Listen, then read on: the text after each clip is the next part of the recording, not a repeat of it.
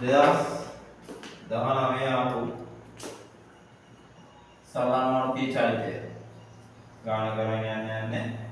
ඒක ආනන්තරයක් සම්බන්ධ සලනාර්ථී චරිතයක් කියන තිරසර 5 බෙදීම 6 කෝණයකින් ආනන්ත සුමනකාරයක් මත උපරිම බෑවුම් රේඛාව OA සමානයි සිම්පල් A AB සමානයි 2A වන පරිදි O පහළම ලක්ෂය ලෙස ඇතිව OAB ලක්ෂ්‍ය එම පිළිවෙලින් පිටාට ස්වභාවික දිග සිම්පල් A සහ ප්‍රත්‍යක්ෂ මාපාංකය MCU සහැල්ලු ප්‍රත්‍යක්ෂ තන්තුවක එක් කෙළවරක් O ලක්ෂයට ඇඳ ඇති අතර අනෙක් කෙළවර ස්කන්ධයේ සිම්පල් M P ලක්ෂයකට ඇඳ සිම්පල් M P අංශයකට ඇඳ ඇත. P අංශුව B ලක්ෂය කරා ළඟා වන තෙක් තන්තුව OAB රේඛාව දිගේ අදිනවලු. හරි. ඉන්පසු P අංශුව නිශ්චිතතාවයේ සිට මුදාවරණය ලැබේ. B සිට A දක්වා P චලිත සමීකරණයට සම්බන්ධයක් ඒගොල්ලෝ ගන්න කියලා කියනවා. හරි. බලමු. මේ වගේ කිසියම් ආනත්තලයක් තියෙනවා. ඒ ආනත්තලය තිරසට අංශක 30 කෝණයක් ආනතයි. මෙතන තියෙනවා කිසියම් O ලක්ෂයක් සහ A ලක්ෂයක් සහ B ලක්ෂයක් තියෙනවා. මේ ටික සිම්පල් A මේ ටික වෙන්නේ 2යි. එයාලා කියනවා ස්වභාවික දිග සිම්පල් A සහ ප්‍රත්‍යක්ෂ මාපාංකයේ MG වුණ තන්තුවක් තියෙනවලු. ස්වභාවික දිග සිම්පල් A දැන් මේ තන්තුව ඒගොල්ලෝ කියන ආකාරයෙන් ගැට ගහලා තියෙන O ලක්ෂයට. හරි ඔන්න තන්තුව. මේ තියෙන තන්තුව ස්වභාවික පීඩීමේ එක ස්වභාවික දිග වෙන්නේ සිම්පල්. හරි. ඊට පස්සේ ඒගොල්ලෝ කරන්නේ දැන් මේක ස්වභාවික අවස්ථාවක් අදින්නේ නැහැ. කතන්ද ගන්න පුළුවන් අවශ්‍ය නම් මම කෙලින්ම ඒගොල්ලෝ ශාස්ත්‍රය ආරම්භ කරන අවස්ථාව මැද ගන්නවා. මෙතනින් දැන් නිකන් සලකුණක් දාගන්නම් මේක ස්වභාවික පීඩීම කියලා. හරි. මේ ලණුවට කෙළවරේ සිම්පල් M ස්කන්ධයක් ගැට ගහලා එයාලා කරන්නේ මේක අතහරින්න. ඒතකොට අනිවාර්යයෙන් මේක එන්නේ පල්ලෙහාට. හරි. ඊට පස්සේ එයාලා කියනවා යාංශුව B කියලා ගන්නලු. යාංශුව B කියලා ගන්න කියලා කියනවා. ඊට පස්සේ එයාලා කියනවා B සිට A දක්වා P චලිත සමීකරණය. දැන් මෙහෙමයි. මේකේදී අනිවාර්යෙන් කවුරු හරි මේක අල්ලගෙන ඉන්න ඕන. කවුරු හරි මේක අනිවාර්යෙන් අල්ලගෙන ඉන්න ඕන. හරි? ළඟ ඉන්න අවශ්‍යයි. ඊට පස්සේ මේක අත්හරින්නේ. එහෙනම් අපි මේකේ රූප ටික ඇඳගෙන යමු. පාරේ පාරට ඔය විදිහට. එතකොට මේ තියෙන ස්වභාවික පීඩීම. හරි. එතකොට මේකේ තිරසට අනන්‍ය අංශක 30යි. මේ තියෙන්නේ O ලක්ෂය. මේක අතහැරියන් පස්සේ මෙන්න මේ වගේ තැනක මේ අංශුව ඉන්න සාධාරණ අවස්ථාවක් ගන්නවා. එතකොට ඒ සාධාරණ අවස්ථාවේ තන්ත්‍රයේ ආතතියක් තියෙනවා. ඒක දාගන්න T කියලා. පල්ලෙහාට මෙයාගේ ස්කන්ධය මම දාගන්නම් Mg. තලයෙන් ඇති කරන ප්‍රතික්‍රියා මම දාගන්නම් කැපිටල් R කියලා. ඊට පස්සේ මම ගත්තොත් එහෙම මේක අංශක 30යි නම් මේ කෝණය අංශක 60යි. එහෙනම් මෙන්න මේ කෝණය අංශක 30ක් වෙන්න ඕනේ. ඒගොල්ලෝ මේකේ දුරමයි ඉන්නේ කොහොමද? x කියන්නේ AP සමානයි x. ඒ කියන්නේ ඒගොල්ලෝ දුර ගන්න තියෙන්නේ මෙතන ඉඳන්. AP සමානයි x කියලා ඒගොල්ලෝ කියන්නේ. AP කියන්නේ මේක.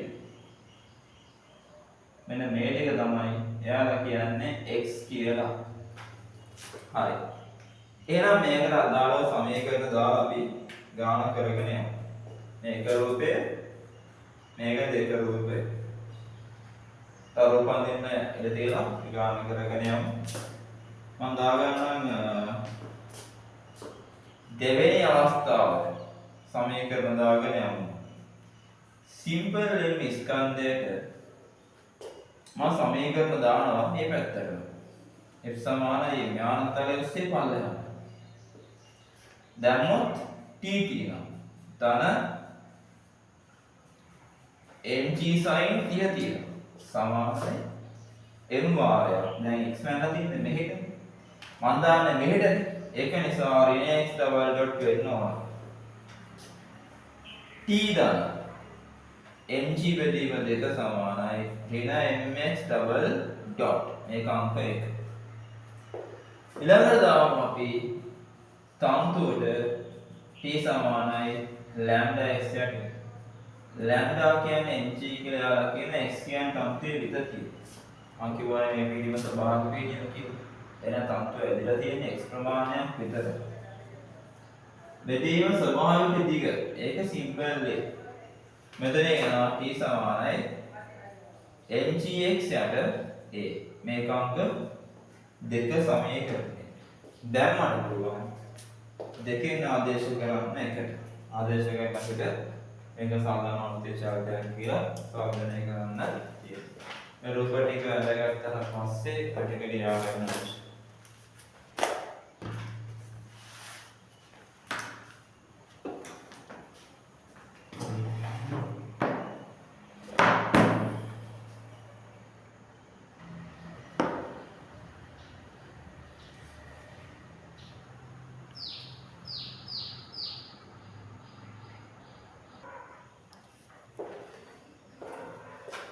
හරි. එතනින් පස්සේ මම මේක සුළු කරගෙන යනවා. මම ආදේශ කරනවා දෙකෙන් එකට. දෙකෙන් ආදේශ කරන එකට. t කියන්නේ mgx බෙදීම a ධන mg බෙදීම 2 සමානයි ඍණ mx ඩබල් ඩොට්. හැම එකෙම සිම්පල් එකම අයින් කරලා දාන්න පුළුවන්. සිම්පල් එකම අයින් කරන්ද ඊට පස්සේ මේ g බෙදීම x ඉස්සරහින් තියෙන g බෙදීම එක එළියට ගන්න. එතකොට x ඉතුරු වෙයි. ධන මෙතන එතකොට ඉතුරු වෙන්නේ a බෙදීම 2ක් විතර. හරි. g බෙදීම එකක් කියලා ගත්තාම සමානයි ඍණ x ඩබල් ඩොට්. දැන් පුළුවන් මේ ඍණ එක මෙහෙට වැඩි කරලා දියන්න. x ඩබල් ඩොට් සමානයි ඍණ g බෙදීම a වාරයක් x ධන a බෙදීම 2. මෙතනින් එනවා x ඩබල් ඩොට් ධන g බෙදීම a වාරයක් x ධන a බෙදීම 2. ඔන්න තියෙනවා අපිට ඒගොල්ලෝ ගන්න කියන ප්‍රකාශනය. හරි. ඊට පස්සේ ඊළඟට අපි මේකෙන් නාමය හොයාගන්න අවශ්‍යයි. දැන් මෙහෙමයි. දැන් මෙහෙම දුන්නා මේ උත්තරේ දීලා හරියන්නේ නැහැ. මේක සලන් වර්තේ ශාර්තයක් කියලා පෙන්වන්න අවශ්‍ය නම් මෙහෙම දීලා හරියන්නේ නැහැ මේක. අපි ඒක නිසා මෙන්න මේකට x ධන a වලට ආදේශයක් දාන්න y කියලා. x ධන a බෙදීම 2ට ආදේශයක් දාන්න y. හරි. දෙවරක් t විශ්ේ නවකලනය කරාම x ඩබල් ඩොට් සමානයි y ඩබල් ඩොට්. මෙතන ලියන්න එහෙනම් y ඩබල් ඩොට් සමානයි ඍණ g බෙදීම a වාරයක් y කියේ. එහෙනම් මේක ඔමෙගා වර්ග සමානයි g බෙදීමේ නියතයක් පවතින සර්වඥාන්ති චලතය කියලා ගාන අපි අවසන් කරන්න අවශ්‍යයි. දැන් ලියන්න දෙන්නේ මේ ඔමෙගා වර්ග සමානයි g බෙදීමේ නියතයක් පවතින සර්වඥාන්ති චලිතයකි.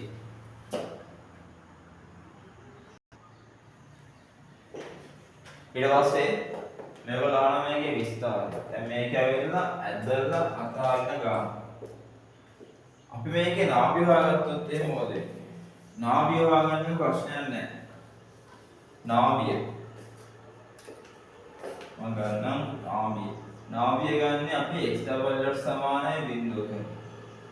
එතකොට බිඳුව සමානයි වෙන g බෙදීම a වාරයක් x ධන a බෙදීම 2. x සමානයි කීයද දෙන්නේ? ඍණ a බෙදීම 2. ඔන්න නාභිය තියෙන තැන. ඍණ ඒ බෙදීම දෙකක් කියලා කියන්නේ ඕලාක්ෂයත් පහළින් තමයි මේකේ නාභිය තියෙන්නේ. ඒ කියන්නේ මේ වගේ තැනක ඒ බෙදීම දෙකක් පල්ලෙහා ඍණ ඒ බෙදීම දෙකක් නෑ ඒක. එහෙනම් මේ වගේ තැනක තමයි මේකේ නාභිය තියෙන්නේ. එහෙනම් විස්තරය හොයාගන්නේ නාභියේ ඉඳලා ඇදපු මුළු දුර විස්තරය. අදින ගණන් වල ඒක ලක්ෂණය.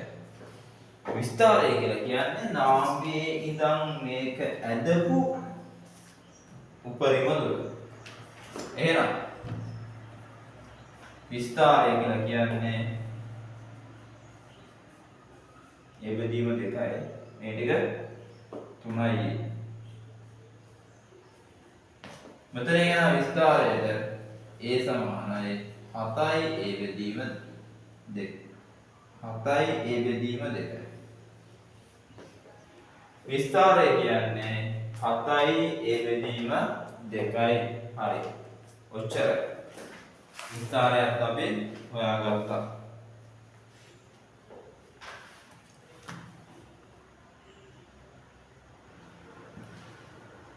ඊට පස්සේ අපි හොයාගන්න අවශ්‍යයි කේන්ද්‍රයේදී ප්‍රවේගය. හරි මෙහෙම කරලා හැයි. ප්‍රවේග සූත්‍රය පාවිච්චි කරමු. ප්‍රවේග සූත්‍රය x ඩොට් වර්ගය සමානයි ඔමෙගා වර්ගය විස්තරය වල c කියලා ගන්න කියනවා. c වර්ගය ඍණ c වර්ගය ඍණ ඒක වලට පාවිච්චි කරන්න කියන y සමීකරණ. ප්‍රශ්නයක් නැහැ මේක පාවිච්චි කරමු. සමාන ඔමෙගා වර්ගය c වර්ග ඍණ y වර්ගය. හරි. බලමු.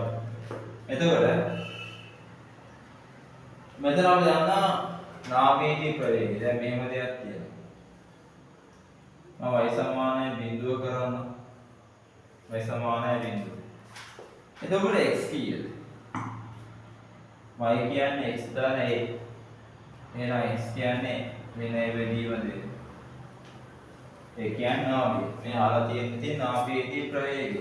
ඒක කරන්න තියෙන්නේ නාභියට තමයි සාමාන්‍යයෙන් උපරිම ප්‍රවේගය තියෙන්නේ. එතකොට ඒක ගන්න පුළුවන් b සමානයි a ඔමෙගා. අවුද විද්‍යා සූත්‍රය. මෙතනදී තියෙනවා c ඔමෙගා. එහෙනම් ඒ නාභියේදී උපරිම ප්‍රවේගය c කියන්නේ විස්තරය. 7යි a බෙදීම 2. ඔමෙගා කියන්නේ g බෙදීම a. මෙතනින් එනවා 7 බෙදීම 2යි මේ එකිනෙකන වර්ග කරලා දාන්න එතකොට GA වෙනවා. මේ දියන්නේ ඕවත ළඟාවන අංශුවේ ප්‍රවේගය. එතනින් එන අපිට අදාළ අංශුවේ ප්‍රවේගය ඕවත ළඟා වෙනවා. හරි. ඔය තියෙන්නේ උපරිම ප්‍රවේගය. උපරිම ප්‍රවේගය ඇති වෙන්නේ කොතනද? ඒක ඇති වෙන්නේ නාභියේදී. හරි. මම ඒකත් හොයාගත්තා. y.max කියන එක. එයාලා කියන ඕලක්ෂයේදී ප්‍රවේගයක් හොයන්න. ඕලක්ෂය කියන්නේ මෙතන. ඕලක්ෂයේදී ප්‍රවේගය වෙනවා නම් අපිට දාන්න පුළුවන් සමීකරණය x dot වර්ගය සමානයි ඔමෙගා වර්ග වාදයක් a වර්ග ඍණ x වර්ගය. x dot කියලා කියන්නේ ඕලක්ෂයේදී ප්‍රවේගය. ඒක v කියලා ගන්නවා. ඔමෙගා වර්ග කියන්නේ c බෙදීම a.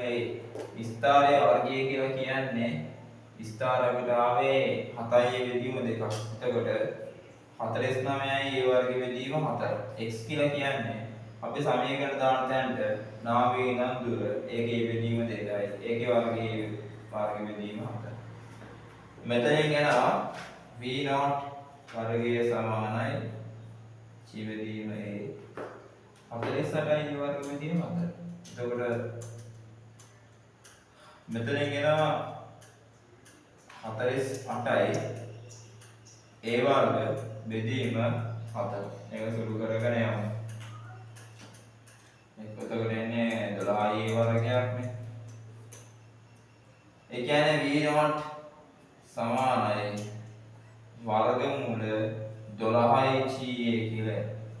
V0 ඕලක්ෂයේදී ප්‍රවේගය වර්ගමූල 12 g කියලා.